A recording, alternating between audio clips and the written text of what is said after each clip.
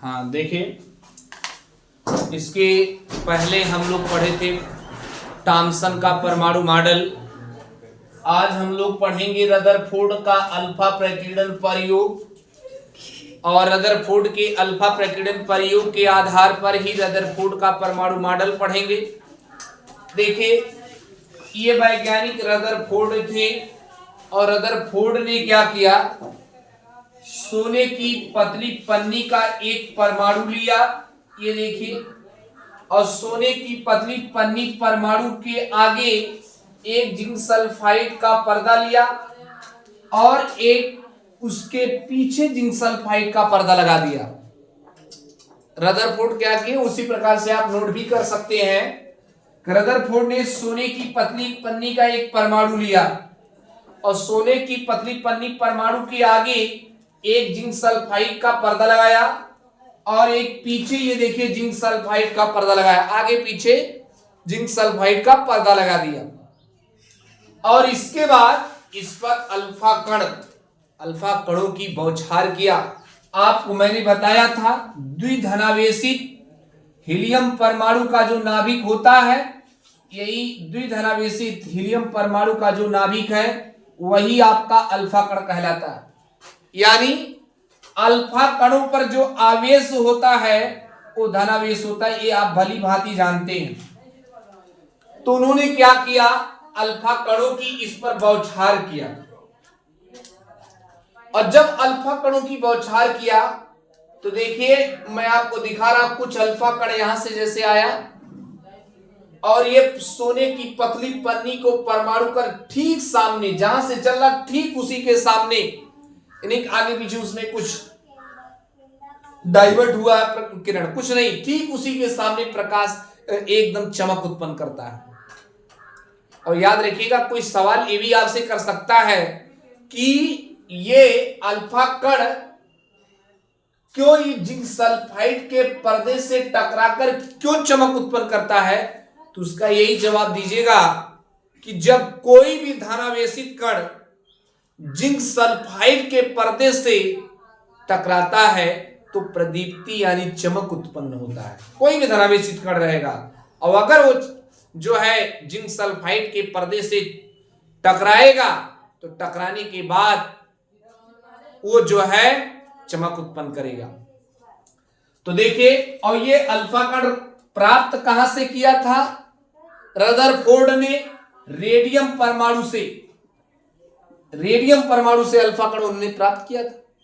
अब देखिए, ये क्या किए, रदरफोर्ड अल्फा कणों की सोने की पतली पन्नी के परमाणु पर बौछार किए। अब आपसे पूछा जाएगा कि ये सोने की पतली पन्नी का परमाणु क्यों लिए, क्यों और किसी धातु का परमाणु नहीं लिए? तो याद रखिएगा, ये जो सोना होता है, सोने की आघात वर्धनीयता, सोने की जो आघात वर्धनीयता होती है वो सर्वाधिक होती है, और अर्थात इसका मतलब है कि सोने को पीटकर बहुत पतली पन्नी उसकी बनाई जा सकती है, और उसकी पतली पन्नी की मोटाई जो होती है 2.1 × 10⁻⁷ मीटर इतनी की जा सकती है।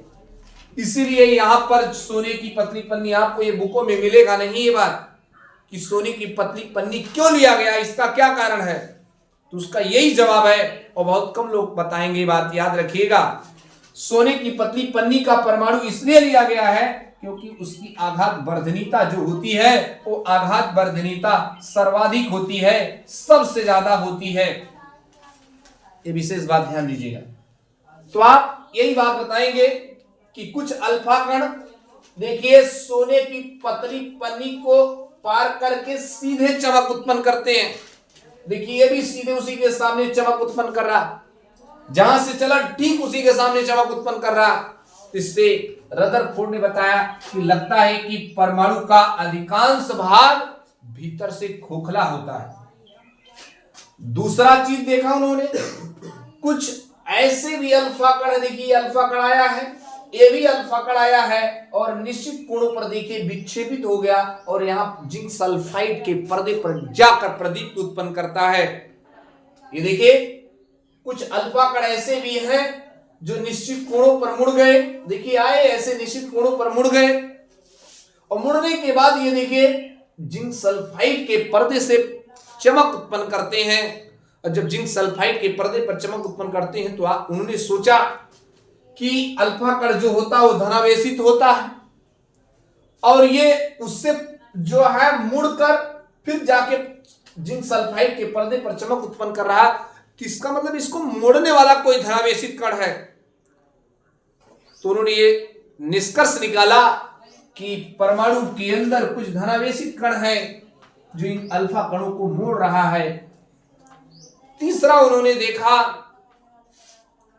कि लगभग 20,000 अल्फा कणों में से एक ऐसा अल्फा कण भी है जो कि परमाणु में जाता है और जाने के बाद फिर उसी से प्रतिकर्षित होकर लौट आता है और फिर सामने लगाए गए जिंक सल्फाइड के पर्दे पर चमक उत्पन्न करता है।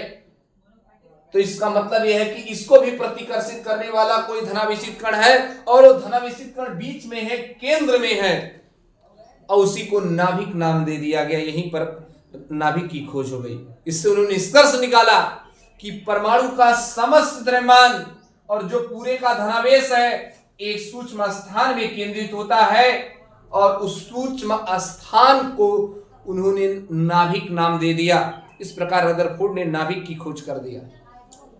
तीसरा उन्होंने देखा कि अल्फा कणों को जितने वेग से यहां से डाला जाता है, इसके बाद यहां जब जिंक सल्फाइड के पर्दे पर यहां चमक उत्पन्न करते हैं, यहां पे आते हैं तो यहां पर उनका वेग कम हो जाता है।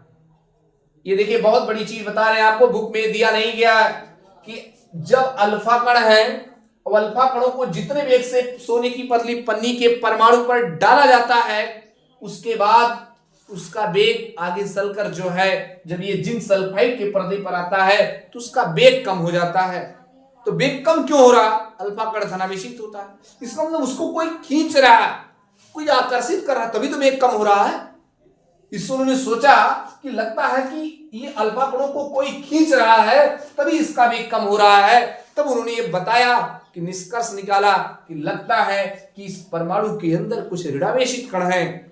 इलेक्ट्रॉन शब्द नहीं कहेंगे, विशेष बात ध्यान दीजिएगा। जिस समय रदरफोर्ड का अल्फा प्रकीर्णन प्रयोग बुक में इलेक्ट्रॉन कह रहा है, लेकिन इलेक्ट्रॉन आप नहीं बताओगे क्योंकि जिस समय रदरफोर्ड ने अल्फा प्रकीर्णन प्रयोग किया था उस समय इलेक्ट्रॉन की खोज नहीं हुई थी, तब आप इलेक्ट्रॉन शब्द का भी नाम नहीं लेंगे। आप यही बताएंगे कि अल्फा कणों को जैसे जितने वेग से ये सोने की पतली पन्नी के परमाणु पर डाला गया, उसके बाद यहां टकराने के बाद जब यहां जिंक सल्फाइड के पर्दे से यहां ये टकराए, यहां पर चमक उत्पन्न किए तो उनका वेग कम हो जाता है। तो इससे उन्होंने निष्कर्ष निकाला लगता इन कणों को कोई आकर्षित कर रहा है, तो आकर्षित करने वाला कौन होगा? ऋणावेशित कण होगा। तो इससे उन्होंने निष्कर्ष निकाला कि लगता है इस परमाणु के अंदर कुछ ऋणावेशित कण हैं। इस प्रकार रदरफोर्ड ने बताया कि परमाणु के नाभिक में धनावेशित कणों की संख्या ऋणावेशित कणों की संख्या के क्या होती है? बराबर होती है। इसीलिए परमाणु जो होता है विद्युत का उदासीन होता है और परमाणु की जो त्रिज्या होती है वो 10⁻⁻10 मीटर और इसके बाद जो है नाभिक की जो त्रिज्या होती है वो 10⁻⁻15 मीटर होती है। इस प्रकार आपको इतनी बात हमने बता दिया। अब रदरफोर्ड ने जो है इनके आधार पर अपना परमाणु मॉडल दिया। एक बार मैं अल्फा प्रकीर्णन प्रयोग पुनः बता देता हूं कि अधिकांश अल्फा कण देखे सोने की पतली पन्नी के परमाणु को पार करके सीधे लगाए गए जिंक सल्फाइड के पर्दे पर चमक उत्पन्न कर रहे हैं। तो निष्कर्ष निकाले कि लगता है कि परमाणु जो है उसका अधिकांश भाग भीतर से क्या होता? खोखला होता है और कुछ ऐसे अल्फा कण है देखिए जो निश्चित कोणों पर ऐसे मुड़ जाते हैं। तो सोचे इन अल्फा कणों को निश्चित कोणों पर मोड़ने वाला कोई धनावेशित कण है, क्योंकि ये अल्फा कण उन धनावेशित कणों से प्रतिकर्षित होते हैं और तब मुड़ते हैं, तब जिंक सल्फाइड के पर्दे पर चमक उत्पन्न करते हैं। तो उन्होंने सोचा कि लगता है कि परमाणु के अंदर कुछ धनावेशित कण है। तीसरा उन्होंने देखा कि अधिकांश 20,000 अल्फा कणों में से एक ऐसा भी अल्फा कण था जो गया परमाणु के भीतर से प्रतिकर्षित होकर सीधे लगाए गए पर्दे पर फिर वापस आता है, उस पर्दे पर चमक उत्पन्न करता है। ठीक उसी के सामने, मतलब गया स्ट्रेट उसी के सामने एकदम चमक उत्पन्न करता है। तो इससे उन्होंने ये निष्कर्ष निकाला कि लगता है कि परमाणु के केंद्र में धनावेशित भाग है, और उस धनावेशित भाग को उन्होंने नाभिक नाम दिया। उन्होंने बताया कि परमाणु का समस्त द्रव्यमान और धनावेश एक सूक्ष्म स्थान में केंद्रित होता है, और उस सूक्ष्म स्थान को उन्होंने नाभिक नाम दे दिया। तीसरा देखिए, ये बात हो गया। आगे उन्होंने देखा कि अल्फा कणों को जितने वेग से यहां से प्रक्षेपित किया जाता है, जितने कणों के वेग से यहां से भेजा जाता है, सोने की पतली पन्नी परमाणु से टकराने के बाद इन अल्फा कणों का वेग कम हो जाता है। इसका मतलब है कि इन अल्फा कणों को कोई आकर्षित कर रहा, आकर्षित करने वाला कौन कण होगा? ऋणावेशित कण होगा। तो उन्होंने बताया कि इस परमाणु के भीतर ऋणावेशित कण होते हैं। धनावेशित कणों की संख्या ऋणावेशित कणों की संख्या के बराबर होती है, इसीलिए परमाणु विद्युत का क्या होता है? उदासीन होता है। ये भैया आपका हो गया। अब इसके बाद परमाणु की त्रिज्या 10⁻⁻10 मीटर, नाभिक की त्रिज्या 10⁻⁻15 मीटर। देखिए, रदरफोर्ड का परमाणु मॉडल क्या है? पहला इसके बाद हम लोग पढ़ेंगे रदरफोर्ड का परमाणु मॉडल। रदरफोर्ड का परमाणु मॉडल देखिए, रदरफोर्ड ने परमाणु प्रतिरूप भी कह सकते हो। रदरफोर्ड ने इस अल्फा कणों के प्रकीर्णन के प्रयोग के आधार पर अपना परमाणु मॉडल दिया। उन्होंने बताया कि ये परमाणु अति सूक्ष्म गोलाकार, अति सूक्ष्म गोलाकार विद्युत उदासीन कण है। विद्युत उदासीन कण है। उन्होंने बताया कि परमाणु अति सूक्ष्म गोलाकार विद्युत उदासीन कण है। दूसरी बात बताया कि परमाणु के नाभिक के चारों ओर ऋणावेशित कण चक्कर लगाते हैं। उन्होंने दूसरा बताया, ये पहली बात। दूसरी बात बताया कि परमाणु के नाभिक के चारों ओर ऋणावेशित कण चक्कर लगाते हैं। अब आप जानते हैं ये ऋणावेशित कण जब इस परमाणु के नाभिक के चारों ओर चक्कर लगाएंगे, देखिए भाई, ये परमाणु का नाभिक है और इस नाभिक के चारों ओर अगर ऋणावेशित कण ऐसे चक्कर लगा रहे हैं तो इनका मार्ग ऐसे वृत्ताकार होगा, और इन वृत्ताकार मार्ग पर चक्कर लगाने के लिए उनको अभिकेंद्र बल की आवश्यकता होती है, और ये अभिकेंद्र बल उसको जो है ये नाभिक के धनावेश और इलेक्ट्रॉन के ऋणावेश के बीच लगने वाले वैद्युत आकर्षण बल से प्राप्त होता है।